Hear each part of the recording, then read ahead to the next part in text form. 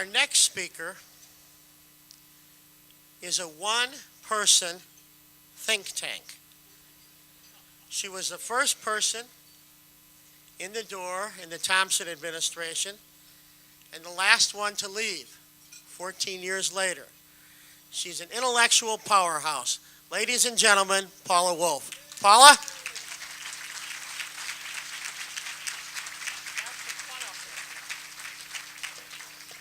Do you think being a one-person think tank means you talk to yourself all the time?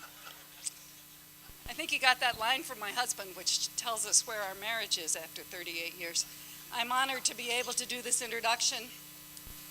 6.8 billion with a B dollars. Imagine if you had that to use for the things that you're interested in. It's the gross national income of the country of Cambodia. If you look at the list of countries by their national income status listed by the World Bank, it's about the middle of the 200 countries that are listed. That's the amount of money that the MacArthur Foundation, and our speaker today, has in its endowment. $260 million is what they give away in 1 year. About 2/3 of the amount of money that we spend on the war in Iraq every month. So those are two important data points. And they're important to emphasize because they illustrate both the competing interests and the choices and the priorities that are made about how we spend our resources and the resources there are in the world. And it's also that it creates the international context to think about the kinds of things that Jonathan Fanton is going to be talking to us about today. He's particularly well suited to that. He has a bachelor's degree from Yale. He has a master's degree in philosophy. Hold that thought, we'll come back to it.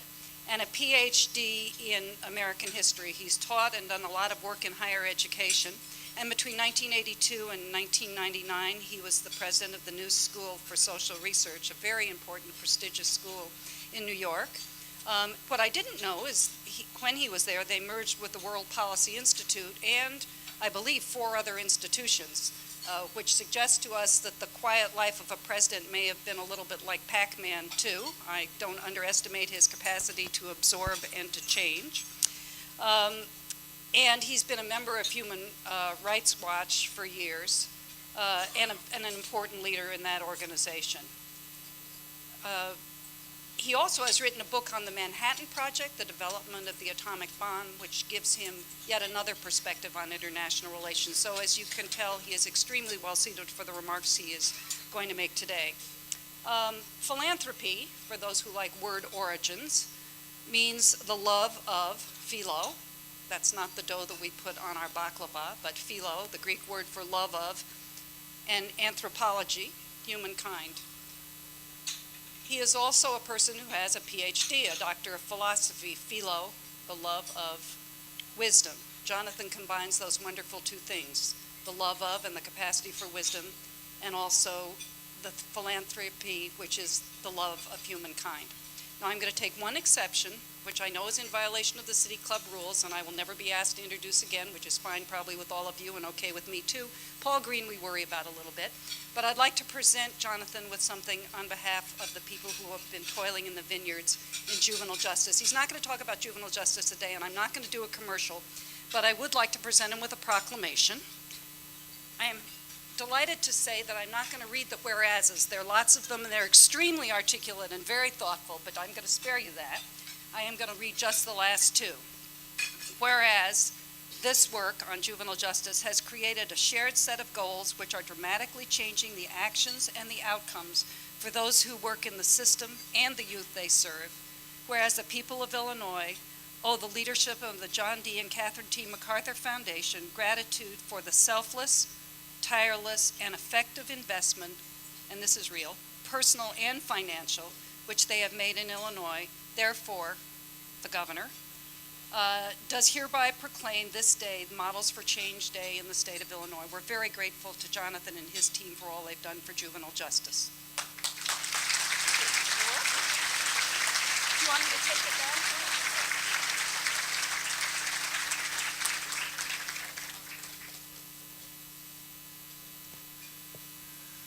Well, thank you, Paula, for that generous introduction, but also that nice surprise. And it leads me to want to acknowledge the MacArthur staff, Julia Stash and Lori Garducki, who give leadership to our juvenile justice work, and also to recognize Barry Lowenkron, our new Vice President for International Affairs. Barry, where are you? Raise your hand. There you are. I enjoy, of course, receiving these nice words, but it really is the staff that does the work. Jay, it's always nice to be here. Thank you for bringing me here, and thank all of you for coming. This is, I think, just about my favorite setting in which to speak. I get a chance to do a lot of speaking over the course of a year, but somehow this group just works, and I am honored to be one of the speakers that come and help you reflect on the tough and challenging, but also promising issues of our time. Last year, I spoke about MacArthur's domestic work, our work in Chicago, especially with Andy Mooney and LISC, trying to revitalize the heart of the inner city, promising neighborhoods that, with a little help, can get on their feet. And that work goes well, even though, of course, it's challenged by the foreclosure crisis. MacArthur keeps faith with our roots in Chicago. We believe in its future, its capacity for reinvention and renewal. Over the past year, just as an example, we've increased our arts and culture funding by about 15%. We've started a special fund to help Chicago neighborhoods take advantage of the planning for the Olympic bid. And we've sponsored a new program to connect our Chicago grantees with groups in other countries. MacArthur, like Chicago, is both deeply American and vigorously engaged in the rest of the world. We make grants in 60 countries. Our philanthropy, counting low-interest loans, is now about $300 million a year, and nearly half of that goes into international programs, human rights and international justice, conservation and sustainable development, population and reproductive health, migration and mobility, and peace and security, trying to reduce dangers from weapons of mass destruction. We have offices in Russia, Nigeria, Mexico, India, and we hope next year China. And so as we work around the world, we're deeply aware of America's impact on the world, how the U.S. is perceived abroad, and what people in other nations admire about us, but also hope for in how we relate to the rest of the world. And that's my topic today. Throughout American history, three voices have contested to define our international policy. One voice says, we will not engage with the rest of the world. Another, we will engage with the rest of the world, but only on our terms. And yet a third says, we can and must engage in the world, and we should do so in partnership with others. It is that voice that created the institutions, built the alliances, and forged the partnerships that saw us through the Cold War. Dean Acheson called it being present at the creation, nurturing a coalition of free states standing firm against oppression, and doing all that while hoping not to blow the whole world up. Through conflicts, many cold, but some hot, we succeeded. And remember, the outcome was not inevitable. Think back 20-25 years ago, conventional wisdom said then that the East-West divide and the Soviet threat would remain the defining struggle of our lives. But 20 years ago, I witnessed firsthand conventional wisdom being uprooted and communism upended. As a board member of Human Rights Watch in the late 80s and 90s, I was privileged to be in Prague's Wenceslas Square as the Velvet Revolution began, on the bitterly cold streets of Bucharest when the people overwhelmed Ceausescu's forces, in the parliament at Vilnius when the Soviets tried in vain to snuff out the Baltic Rebellion that began the unraveling of the Soviet Union. And as I've returned to these sites of struggle, I've been uplifted by scenes that by their very ordinariness give us grounds for hope. Walking through a bustling Vilnius with former President Landsbergis by the site where sandbags barricades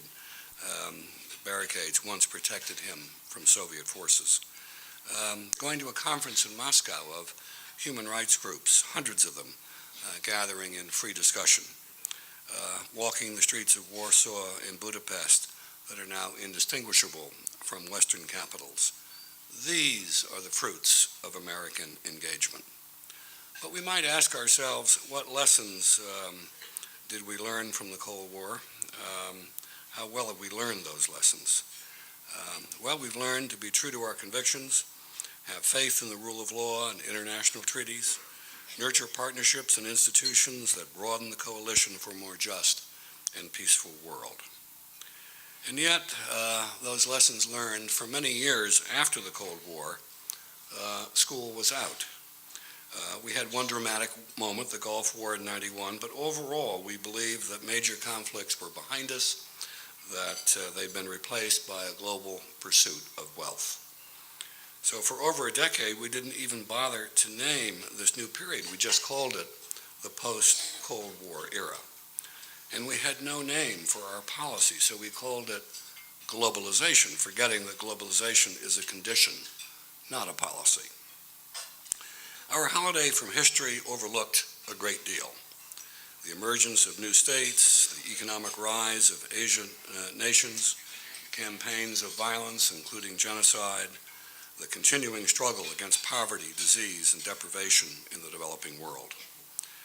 And America's refusal to endorse the Kyoto Protocol or the Anti-Landmine Treaty, the International Criminal Court, among others, added to her perception that the U.S. was no longer prepared to act in cooperation with the rest of the world. Then came 9/11. The U.S. responded with the War on Terror, a strategy for national security that tested many of our traditional alliances. And the Iraq War, opposed by many of our closest allies, led some to believe that the U.S. was embarking on a new path of unilateralism. The result, I think, is not so good.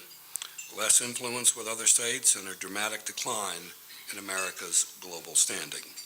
According to a Pew survey last year, 26 of the 36 countries surveyed had less favorable views of the U.S. than just 5 years earlier. The German Marshall Fund reports that only 36% of Europeans see U.S. leadership as desirable, and that's down by 50% over 5 years ago. And since the beginning of the conflict in Iraq, at least half the population in countries ranging from Pakistan to Russia to Great Britain have less confidence that the U.S. is trustworthy and less faith that it really wants to promote democracy globally. Yet U.S. leadership is essential to building a better, safer world. In this election year, we ought to recognize that a new administration has the opportunity to apply the lessons we've learned from the past, open a new chapter in our relations with the world, and restore America's moral leadership and credibility. We need to hear more in this campaign about that challenge and less about lapel pins, imaginary sniper fire, and alleged temper tantrums. And we need a new conceptual framework. The war on terror falls flat. I think it's time for a new deal in foreign policy that we might call cooperative security and opportunity. That has a better ring than the war on terror. Day one of a new administration will see a flurry of national security reviews designed to build a roadmap within the first 100 days for the future of American foreign policy. And one of those reviews ought to look at how the U.S. can work more effectively with the United Nations. A critic can point out to a spotty UN record, failure to stop the killings in Darfur, shortcomings in advancing global development, a focus on a handful of states for criticism while ignoring the injustices of others, scandals, lack of transparency, all that to be sure, and ask why bother. But I don't ask why bother, I ask why better. The best must never be the enemy of the good or even the promising. For all of its faults, the UN is irreplaceable. The international community has no other common forum for debate or instrument for collective action. In this new era, America should commit itself to making the UN more efficient, more responsive, and more effective. International security must be one of our highest priorities going forward. For centuries, security was understood strictly as national security and sovereignty. But the painful lessons of transnational terrorism, of Bosnia, Rwanda, and Darfur, and lost opportunity from disease, poverty, and underdevelopment have changed that understanding. Concern for security must now include what goes on within states, what happens to persecuted groups and individuals. It must be concerned with deprivation and despair, with the environment and climate change. In a globalized world, no country is an island. The UN is mobilizing to address these challenges, led by the new Secretary General, Ban Ki-moon. He has set out his priorities in an inspiring document which he calls, and I quote, "a Magna Carta to lead a world ravaged by unspeakable atrocities to a new association of nations guided by the principles of justice, peace, equality, and human rights." He commits the UN to facing the challenges that do not respect borders and which no country, rich or poor, weak or strong, can resolve on its own. This past February, the Secretary General came to Chicago to listen to American worries about the world, concerns about the UN, and hopes for progress. He came to the MacArthur Foundation to share his goals, and we were inspired by his presentation. He invited us to continue our deep relationship and even make it deeper, and we accepted that invitation. In fact, MacArthur has made over 70 grants, 7-0, to the UN and its member agencies over the years. And just in the last year and a half, we've been supporting a global forum on migration and development, a rapid response fund for the UN High Commissioner on Human Rights to get people in the field when there are genocides in the making, and technical capacity for a new Office of Disarmament Affairs. So at a time when our government has been less willing through multilateral agencies to help through and work through, Americans have projected the basic values of our country through the generosity of private foundations and the commitment of citizens working through non-governmental organizations like CARE, Save the Children, Human Rights Watch, the World Wildlife Fund, the Population Council, and others. Civil society, citizens, individual citizens, you and me, our foundation, organizations you're a part of, have kept the true face of the American people, our true values, in front of the world in this recent period. So I want to briefly share with you what MacArthur is doing with the UN to pursue three goals: justice, security, and dignity. And let us ask ourselves how our government might reassert its leadership in the UN and through other international treaty bodies, starting with justice. Crimes against humanity, often perpetrated in the name of nation states, require an international system of justice. The Nuremberg tribunals after World War II were a start, but until the UN set up tribunals to deal with ethnic cleansing in Yugoslavia and genocide in Rwanda, international justice had made little progress since the Second World War. These ad hoc tribunals laid the way for a permanent International Criminal Court, the ICC, established by the Rome Statute 10 years ago. So far, 106 countries have joined the court, but alas, not the U.S. The ICC is now in operation, based in The Hague. It prosecutes only the most serious crimes against humanity, and only when national courts are unable or unwilling to act. So far, the court has proceeded against individuals in Uganda, the Democratic Republic of Congo, and Darfur, all accused of serious atrocities, including rape, forced removal, and mass murder. Not just those doing it, but the very top, the planners. One of the accused, Thomas Lubanga from the DRC, will come to trial next month. But some others who've been indicted remain free. For example, Joseph Kony, leader of the Lord's Resistance Army in Uganda. And the government of Sudan is protecting Ali Kashibi, a Janjaweed leader, and Ahmed Haroun, a former minister of state, both indicted for genocide in Darfur. And the killing continues in Darfur. 400,000 people so far by one estimate, but more than that, maybe 2 million living on the edge of life in crowded and unsanitary conditions. Now, MacArthur believes that the ICC may well be the most important international institution since the founding of the UN itself, and therefore we are intent on helping the court prosecute these first cases.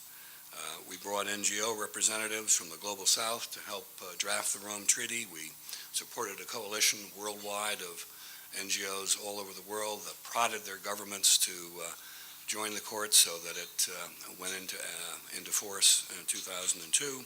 And then we've helped groups like Human Rights Watch and Global Rights gather evidence that's been central to making these first cases. But our efforts cannot succeed unless the international community enforces these arrest warrants. And the U.S. Needs to play a role. Now, the U.S. Feared that membership in the court would expose Americans to politically motivated cases, and therefore did not join. But the ICC really has so far rejected all charges against Americans, and indeed it's rejected all of the 240 communications it's received, for example, about the Iraq War. Many are directed against U.S. personnel. So I don't think the initial reservations about joining the court have been borne out by the court's early record. The court clearly would be more robust if the U.S. were a member. American legal expertise would strengthen its jurisprudence. Intelligence could help apprehend the people who've been indicted and build evidence against others. But even if the U.S. Isn't a member of the court, it can still help. I think a promising example came when the Security Council referred the Darfur case to the court. The U.S. could have blocked that, but it didn't. And so let's hope the U.S. will use its chairmanship, its presidency of the Security Council. You know, that rotates. It'll be our turn in June, and that'll be an opportunity to turn up the pressure on Sudan, for example, to turn over the two indicted leaders of the genocide whom Sudan has been protecting. But trying the worst criminals after the fact isn't all we should care about, and that brings me to the second topic of security. For centuries, the principles of international relations have assumed that interference in international affairs of another country was not acceptable. But when technology allows us to see genocide happening in real time, can that principle still apply? And if it can't, whose responsibility is it to step in? To address that issue, in 2001, at the urging of Kofi Annan, Canada organized an international commission on intervention and state sovereignty to try to break new ground, new conceptual ground about who acts if states refuse to, or worse, states are complicit. And that commission turned out a powerful report, The Responsibility to Protect, commonly called R2P, and it set a new norm in world affairs, basically saying the essence of sovereignty is protection of your citizens, and when you fail to do that, that aspect of your sovereignty migrates up to the international community, which has the responsibility to protect. MacArthur not only supported the commission that did the work, but we're also now supporting the International Crisis Group and other organizations that are working to bring this concept into action. We're happy to see that at the 2005 World Summit, the responsibility to protect was formally adopted as a norm by the United Nations, and Ban Ki-moon has said he will spare no effort to make it a reality. And it is, I think, one of the most significant ethical advances of our era, but now we have to put it into action, and Darfur stands out there as a failure so far. But there are other things where the international community needs to take an interest. The civil war in the DRC continues. More people killed in that war than in any other conflict since World War II. Just think of that, and it goes on. Miramar, before and after the natural disaster, is a responsibility to protect setting. And then there's, of course, Robert Mugabe and the tyranny that he inflicts on his people. So there are plenty of opportunities for the world to think about how to apply this new doctrine. And the U.S. really does need to set aside its differences and disagreements with the UN and take some leadership now in making this new norm a reality. The words "never again" should not be a pious wish, but a call to action. Now, there are some signs of hope. A special advisor on genocide has been appointed, a new office in the UN, and MacArthur is providing initial support for that new position filled by Francis Deng of Sudan. And Kofi Annan was dispatched by the African Union with UN support to mediate the post-election conflict in Kenya. And I think he headed off what could have been an awful ethnic cleansing, if not genocidal, situation. And no question this was a responsibility to protect in action, and no question that when he sat down with Raila Odinga and with President Kibaki, they were aware that the ICC existed, and they might be putting themselves in some jeopardy. So I think the combination of a new norm and the ICC will have some preventative benefit. Leading me finally to the third and last topic, which is dignity. We've talked about justice and security, but what about dignity and opportunity? In 2000, the UN committed itself to a set of 8 Millennium Development Goals, MDGs, to be achieved by 2015, combating poverty, hunger, disease, illiteracy, environmental degradation, discrimination against women, and more. They were intended to bring the world together to address the most urgent challenges, set realistic targets, and give the UN a unified development agenda. The underlying philosophy behind the goals was articulated by Secretary General Kofi Annan in 2005 when he argued that the real international security could only be attained when people everywhere enjoyed acceptable standards of living, access to health and education, and lived in societies that respected their inherent rights. Globalization would succeed only when its benefits were shared fairly. Last month, I attended a conference convened by the President of the UN General Assembly, really to take stock about how the world was doing. The goals are very specific: cut in half the number of people living on less than $1 a day. Think of that, living on less than $1 a day. Ensure that all children can complete primary education.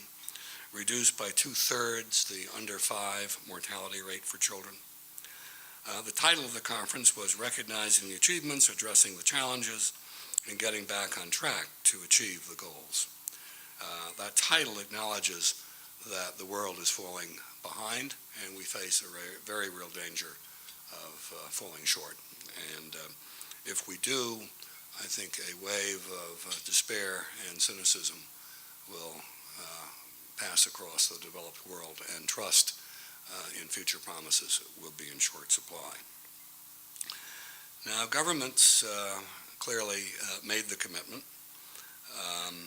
The U.S. government, which continues to be the world's largest distributor of aid,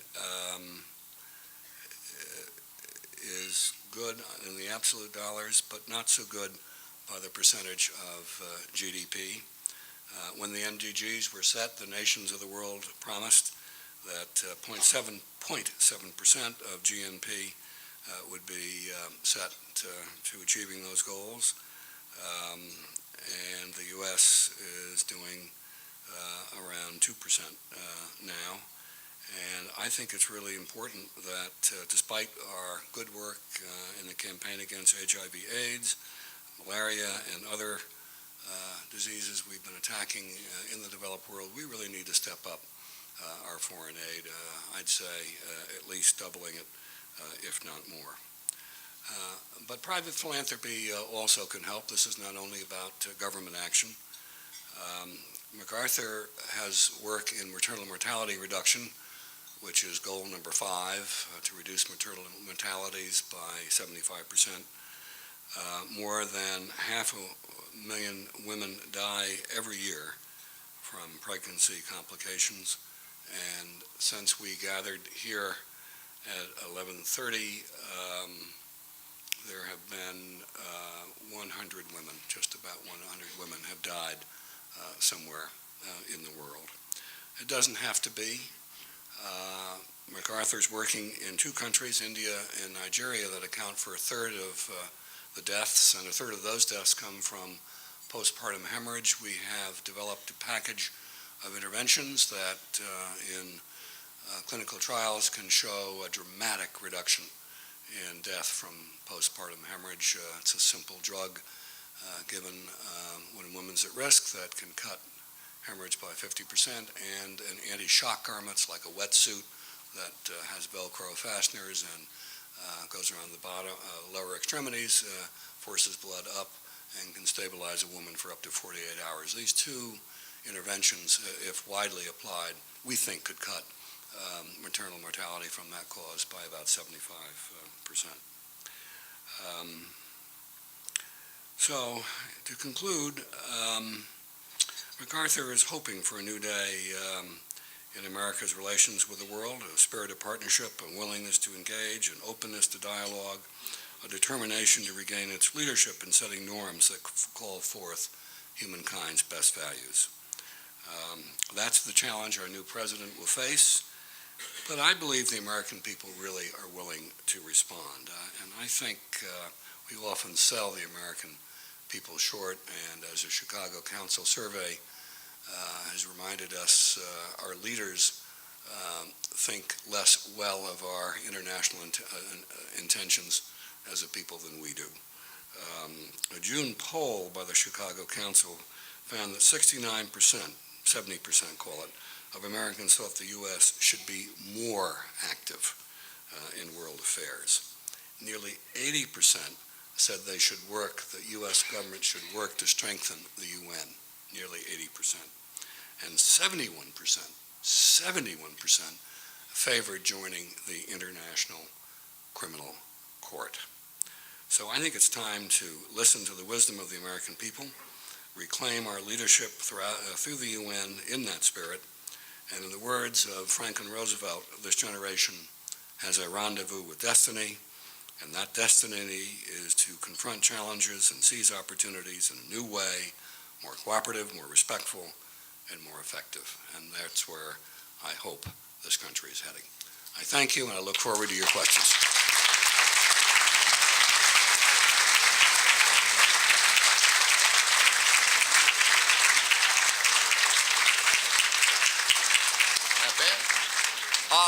I have several questions.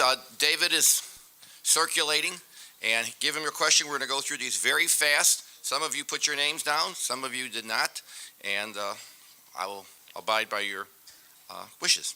First question from Joshua Hale, Big Shoulders Fund. Given your global view, how does the educational programs, elementary and high school, in the United States compare with other leading countries? Oh, it's a mixed picture.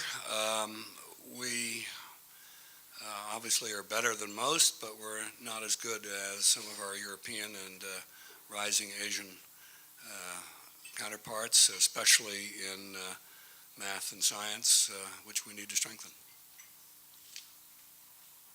All right. Next question. Given our economic slowdown, doesn't it seem naive to suggest we need to double our foreign aid? Well, I suppose it depends on how long you assume we're going to be fighting in Iraq. Remembering Paula's statistic earlier on, we have choices to make, and I believe we should make choices that favor aid and get us out of the Iraq war.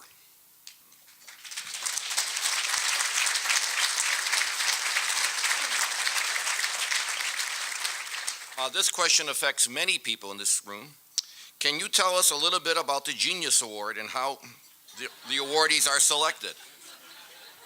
Many candidates. Well, I'm listening carefully to the questions. We have 1,000 people around the country, and they change every year, who make recommendations. There is a committee of selectors, anonymous, from outside the foundation, and our staff boils down the, say, 1,000 or so nominations we get a year to a couple hundred that the selection committee will further narrow to 25. While the board and I technically sign off, it's more like a peer review process. I just came from a spectacular gathering of recent fellows at Wingspread over the weekend, and I just feel so good about advances in science, good work on public issues, stellar, astounding work in the arts that our fellows are doing. A lot more applications, I can tell you. This is from Zoe Mikva. Zoe, where are you? Raise your hand. Where are you? There she is. Actually, hopefully answered it, much to my surprise. Well, let's not, don't let him off the hook. I love your support of the UN. It is not popular in the U.S. today, considered rigid and ineffectual. What can MacArthur do to educate our citizens about the need for stronger support for the UN?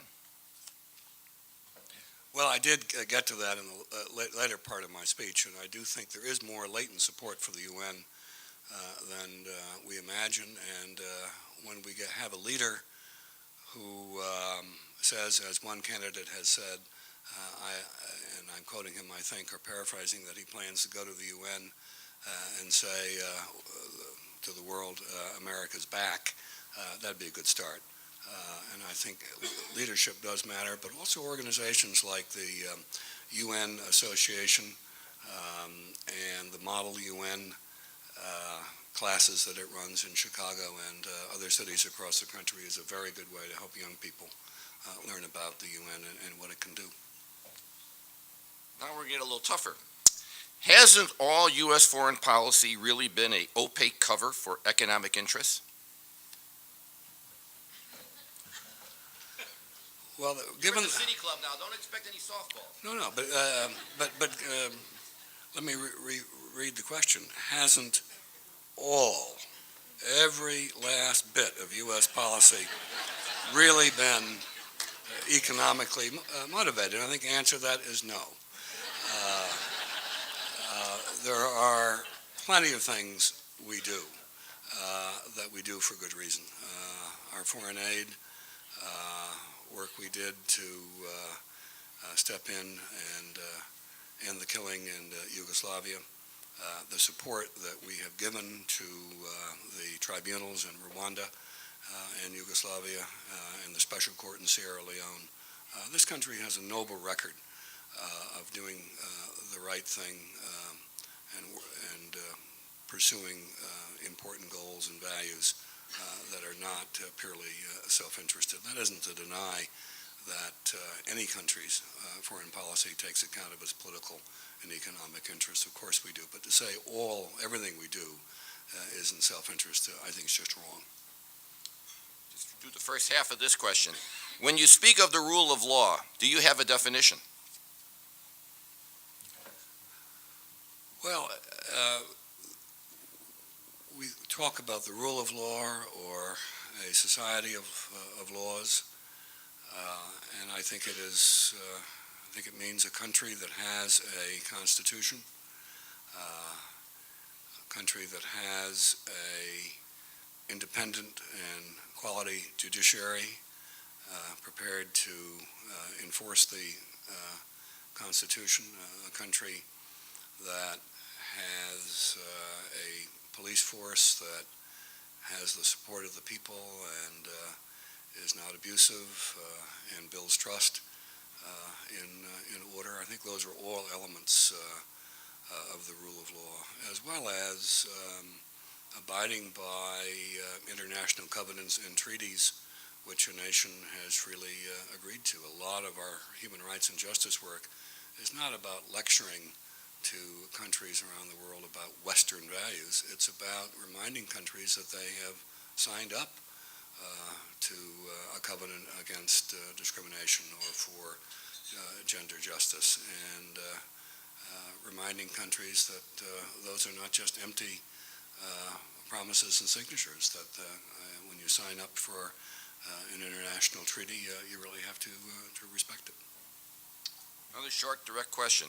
Has MacArthur already begun planning for post-war Iraq interventions? Let me reread this and put an accent a different way. Has MacArthur already begun planning for post-Iraq war any possible interventions? One of the hard parts of running a global foundation is making choices. You can't work everywhere on every issue. We work in and around Iraq through groups like Human Rights Watch, but we are not involved much in the Middle East or in direct relief aid. So I don't imagine we will do much around Iraq directly. You may not be able to answer this question because we have two questions on the Middle East. You're not involved in the Middle East? Very little. Take care of that. Even those of us who sandbag have some, moral. President Fanton, given your focus on human rights, what do you see solutions for the inhumane prison conditions in many Latin American, African, Russian countries, starvation, torture, etc.? We are active in, let's take Russia, in supporting human rights groups that monitor prison conditions and do reports that expose those conditions. So I think bringing to light horrible conditions is the first step, and then mobilizing domestic and international pressure to improve those conditions is the next. But perhaps even more important, in a place like Nigeria, I think my number here is right, as many as 60 or 70% of the people in prison are in pretrial detention. So improving the justice system so that it is fast and fair and reduces pretrial detention to a minimum is probably the best thing we could do to improve prison conditions, because among other things it would cut down on overcrowding, which is the source of some of the woes that you're talking about. Another short, direct question as a follow-up. What about the alleged abuses at Guantanamo? Well, I think they're real. I think they're an embarrassment. And I think they should stop, and I believe they will stop, no matter who is elected president next. A couple more to go. How is MacArthur, take two, I got it. How is MacArthur responding to the rising cost of commodities that is putting millions of people at risk? I would assume this is dealing with food. We don't have a food program as such. Rockefeller and Gates, two very good foundations working with Kofi Annan, have launched a major effort in Africa to improve agricultural productivity. And again, this is a choice we've made not to be involved in Africa, but I think those other two foundations will make a difference. Okay, two more. Do you see a trend towards more foundations joining forces to combat the pervasive challenge such as you listed? Yes, I do. The major foundations, Rockefeller, Ford, Hewlett, Packard, Gates, and others, MacArthur, the presidents meet annually and also in smaller groups in between, and we do things together. For example, Ford, MacArthur, Gates, Rockefeller and Carnegie, and Hewlett Mellon have a partnership in higher education in Africa, where we are each working in a different country, but common to what we're doing is taking universities that are on the rise and infusing them with sufficient funds to, say, strengthen their science, combat brain drain, develop microeconomics, develop agriculture. I should have said that at the Bayero University in Kano, we are building a new agriculture department. So when you put it all together, this is a substantial decade-long commitment that a bunch of foundations have made to strengthening higher education in Africa. There are others, but that's just one example. And the last question, something we at the City Club almost never talk about, politics. What are the three presidential hopefuls' public statements about the UN and its future? Remember, one of them is going to probably win. Two of the presidential candidates have made very clear, strong statements endorsing the UN. And I do happen to have them with me. I won't read them in the interest of time, but I'm looking at them. And one candidate, John McCain, really hasn't said a lot, although he's proposed something called a worldwide league of democracies, but I think that skirts the question of whether or not the U.S. should really work through the UN cooperatively as a partner, patient, respectful. I believe that Senators Obama and Clinton both very clearly said they would, and they both very clearly said that, I'm looking at Obama's statement, he would want to see us ratify the nuclear test ban treaty, the International Convention on the Suppression of Acts of Nuclear Terrorism, get busy with a new environmental treaty to replace Kyoto, on and on and on. Hillary Clinton does too. So I think at least those two candidates have been clear not only about the UN, but about bringing the U.S. Back into partnership in all these other treaties that lie fallow. And I think it is just an embarrassment that the U.S. is not signing on to these very important treaties that are making improvements and setting the leadership for the rest of the world. How about a round of applause? That's great.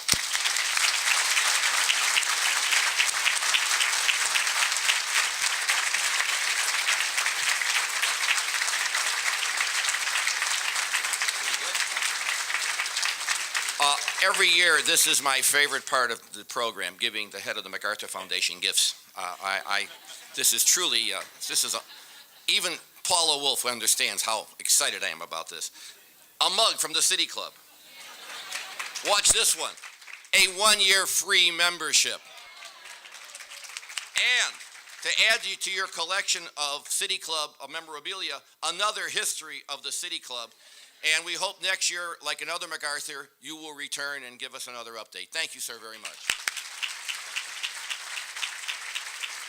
Thanks a lot, everybody. It's been a lot of fun.